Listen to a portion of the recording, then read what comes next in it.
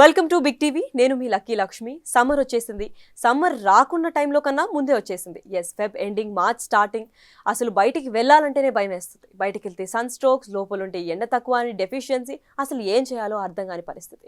ఇటువంటి టైంలోనే ఒక డాక్టర్ ఒపీనియన్ తీసుకుంటే మంచిదని బిగ్ టీవీతో ఎక్స్క్లూజివ్గా మాట్లాడడానికి, సమ్మర్ ప్రో టిప్స్ షేర్ చేయడానికి, ఎటువంటి బట్టలు వేసుకుంటే బాడీ రియాక్ట్ అవుతుంది, డీహైడ్రేషన్ కాకుండా ఉండడానికి ప్రివెన్షన్ మెథడ్స్, సమ్మర్లో ఎటువంటి ఫుడ్స్ తినాలి, సమ్మర్లో ట్యాన్ కాకుండా ఉండాలంటే ఏం చేయాలి, సమ్మర్లో ఎండ కొడుతుంది అని చెప్పి లోపలే ఉంటే ఎంత డెఫిషియన్సీ వస్తుంది, ఇవన్నీ బ్రీఫ్గా షేర్ చేయడానికి మనతో డాక్టర్ లిఖిత ఉన్నారు.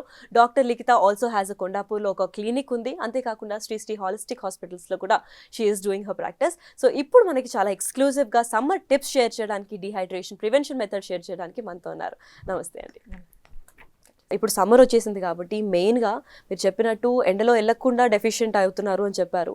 అండ్ సమ్మర్ అనగానే ఎవ్వరు వెళ్ళడానికి కూడా ఇష్టపడరు. Either they startup very early in the morning and come back evening, ఎండ చల్లబడ్డాకు వస్తూ ఉంటారు.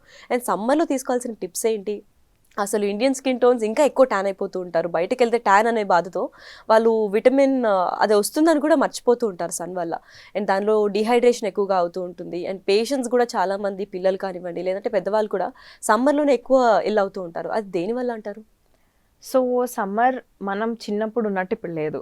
సో హీట్ కానీ లేకపోతే సమ్మర్ ఎర్లీగా స్టార్ట్ అవుతుంది. It's just February end, March start అవుతుంది. బట్ బయట ఇట్స్ వెరీ వెరీ హాట్. ఈ సమ్మర్స్ లో బయటకు వెళ్ళడం నిజంగానే కష్టం. బట్ హార్ష్ సన్లైట్ లేని టైంలో you can actually sit in sun for at least half an hour a day for vitamin D.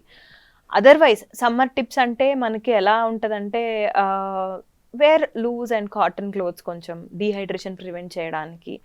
Basic consumption of water increase. ఇప్పుడు అసలు ఎవరినైనా అడిగినా కానీ ఎన్ని తాగుతారంటే 2 గ్లాసులు 3 గ్లాసులు ఇలా చెప్తున్నారు వాటర్ అంటే.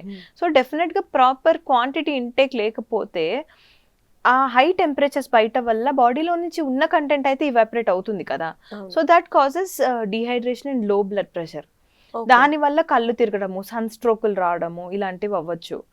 సో బయటకు వెళ్ళే టైం రెస్ట్రిక్ట్ చేసుకోవడము, లేదంటే వెళ్ళినప్పుడు అట్లీస్ట్ అంబ్రెలాస్ కానీ అలాంటివి క్యారీ చేయడము, ప్రిఫరబుల్లీ రూఫ్ ఉన్న ప్లేసెస్, అంటే బయట మనం దేనికోసమైనా వెయిట్ చేస్తున్నా పైన రూఫ్ ఉన్న కండిషన్స్లో, అంటే అలాంటి ప్లేసెస్లో వెయిట్ చేయడము. అండ్ ఐస్ కూడా చాలా ఎఫెక్ట్ అవుతాయి ఆ డైరెక్ట్ రేస్ వల్ల. సో షేడ్స్ లాంటివి ఏమైనా వాడడము. Loose clothing is very important. అంటే మనకి ఆ బ్రీతబుల్ క్లోతింగ్, కొంచెం కాటన్ కానీ మస్లిన్ కానీ ఇలాంటి clothes వేసుకోవడము.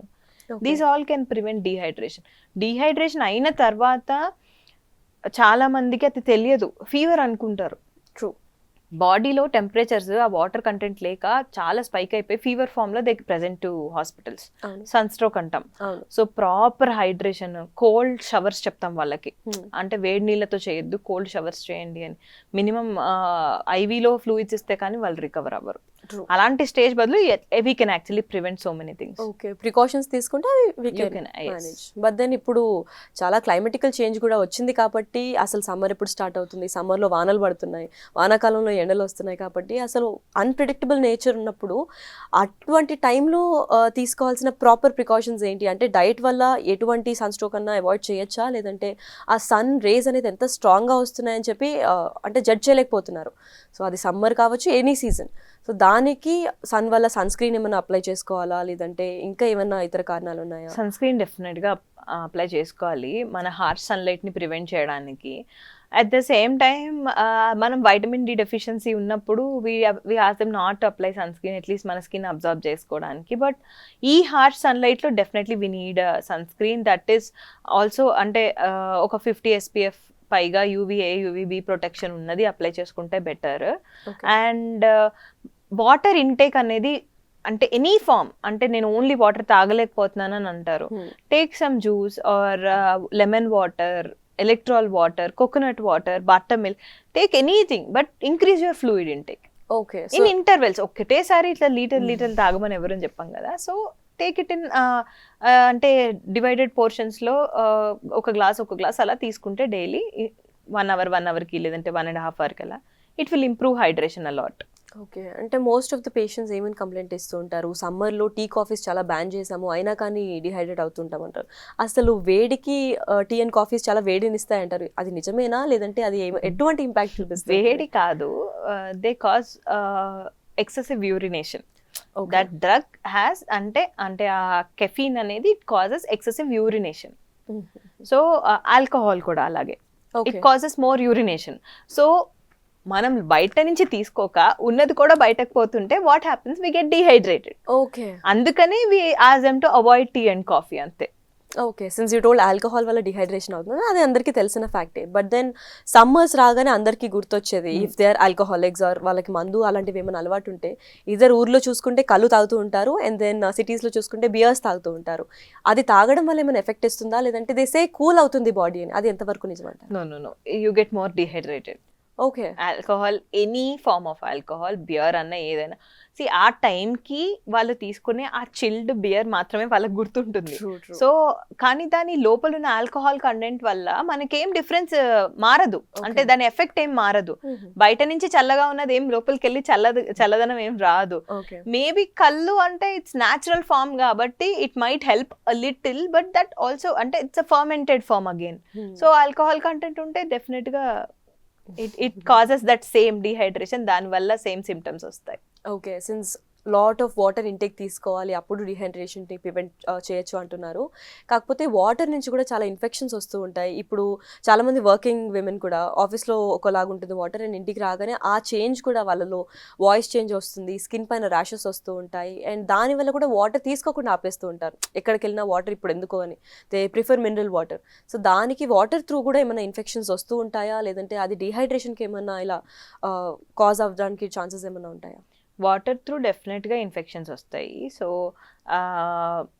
Anything wet anywhere is more prone for bacterial growth.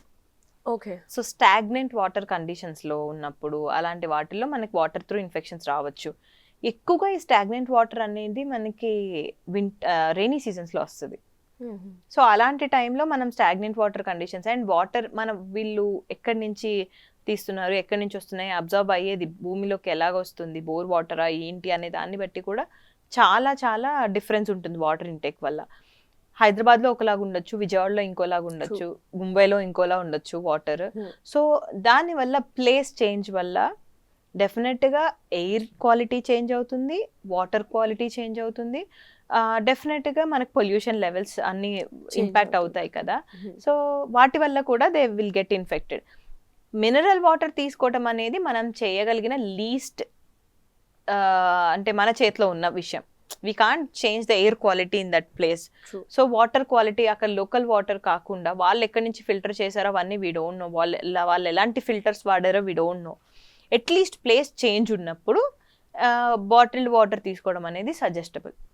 Okay and summers గురించి మాట్లాడుతున్నాం కాబట్టి డీహైడ్రేషన్ ఇవంతా పక్కన పెడితే ట్యాన్ అవుతుంటారు అని చెప్పి they don't at all go out. And చాలామంది హీట్ కన్నా ఎక్కువ ట్యాన్ గురించి భయపడుతుంటారు. ఎస్పెషల్లీ ఇండియన్ స్కిన్ టోన్స్లో మెలనిన్ ఎక్కువగా ఉండడం వల్ల ఎక్కువ ట్యాన్ అబ్జార్ప్షన్ ఉంటుంది. కాబట్టి వాళ్ళు బయటికి వెళ్ళాలంటే ఎటువంటి డార్క్ క్లోత్స్ వేసుకుంటే ఎక్కువ ట్యాన్ అవుతారు, లైట్ క్లోత్స్ వేసుకుంటే అలా అవ్వరు అని అంటుంటారు.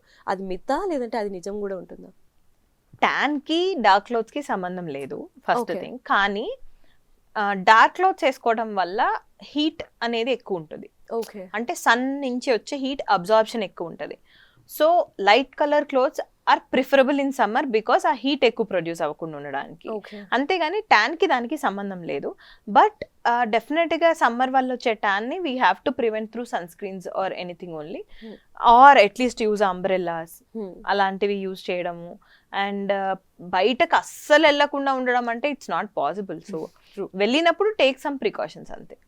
ఓకే అండ్ సప్లిమెంట్స్ అవన్నీ కూడా తీసుకుంటూ ఉంటారు. అంటే అన్ని సప్లిమెంట్స్ ఒకటేసారి తీసుకొని they don't have proper meals, ఇట్లా స్కెడ్యూల్డ్గా వాళ్ళు వర్కౌట్స్ కానీ అలా ఒక లైఫ్ స్టైల్లో ఇన్బిల్ట్గా ఉండకపోయేసరికి 9 to 5 జాబ్స్ కానివ్వండి, ఐటీ నైట్ షిఫ్ట్స్ కానివ్వండి, ఇవన్నీ చేసుకునే వాళ్ళు ఎక్కువ సప్లిమెంట్స్ తీసుకొని మై హెల్త్ ఈస్ గుడ్ అనుకుంటారు. బట్ వాళ్ళకి ఓవర్ ద పీరియడ్ బాగానే ఉండొచ్చు, వాళ్ళ స్కిన్లో బెటర్మెంట్ రావచ్చు, లేదంటే బయోటిన్ కానీ అవన్నీ హెయిర్కి స్కిన్కి తీసుకుంటూ ఉంటారు సప్లిమెంట్స్. కొద్ది రోజుల తర్వాత వాళ్ళకి ఏమైనా ఇంటర్నల్ ఇష్యూస్ వచ్చే ఛాన్సెస్ ఉంటాయా, లేదంటే ఇంకా ఏమైనా సైడ్ ఎఫెక్ట్స్ వల్ల వాళ్ళకి ఇతర డిసీజెస్ కూడా ఎక్కువగా ఒక ఫ్యూచర్లో ఎఫెక్ట్ ఇచ్చే ఛాన్సులు ఏమైనా కనిపిస్తాయా? So preferably what I suggest is natural. Okay food నుంచి తీసుకోవాల్సిన అబ్జార్ప్షన్ అంటే ఏదైతే అవుతుందో అది తీసుకోవడమే I suggest. But in case if it is not so possible వాళ్ళ డైట్ కానీ ఏదైనా కానీ ఆఫీసెస్లో ఉంటారు, నైట్ షిఫ్ట్స్ చేస్తారు, వాళ్ళకి సన్ ఎక్స్పోజర్ ఉండదు, అండ్ ఫుడ్ కూడా అప్పటికప్పుడు ఉండడం, ఫ్రెష్ ఫుడ్స్ ఏమి ఉండవు, వాళ్ళు బయట నుంచి ఆర్డర్ చేసుకుంటారు. Choose some healthy options when you are ordering. In case if this is all not possible, then supplements is a secondary option. Okay. So only supplements ఉన్నాయి కదా అని మిగతాదంతా అవాయిడ్ చేయడం ఈజ్ నాట్ సజెస్టబుల్. బట్ న్యాచురల్గా తీసుకోలేని కండిషన్స్లో డెఫినెట్గా ఇప్పుడు మనకి అన్ని డెఫిషియెంట్ అయ్యి ఇమ్యూనిటీ లెవెల్స్ బాగా తగ్గే బదులు you can take supplements and at least manage for some days. If they are doing night shifts or something, try to change their shift or try to maintain morning టైంలో రొటీన్లో at least కొంచెం సేపు నిద్రపోకుండా వెళ్ళి ఎండలో కూర్చొని తర్వాత లంచ్ అది చేసిన తర్వాత వెళ్ళి పడుకోవడం, బేసిక్ రొటీన్ చేంజెస్ ఏమైనా చేసుకోవచ్చు వాళ్ళు. For more videos like this, subscribe Big TV channel.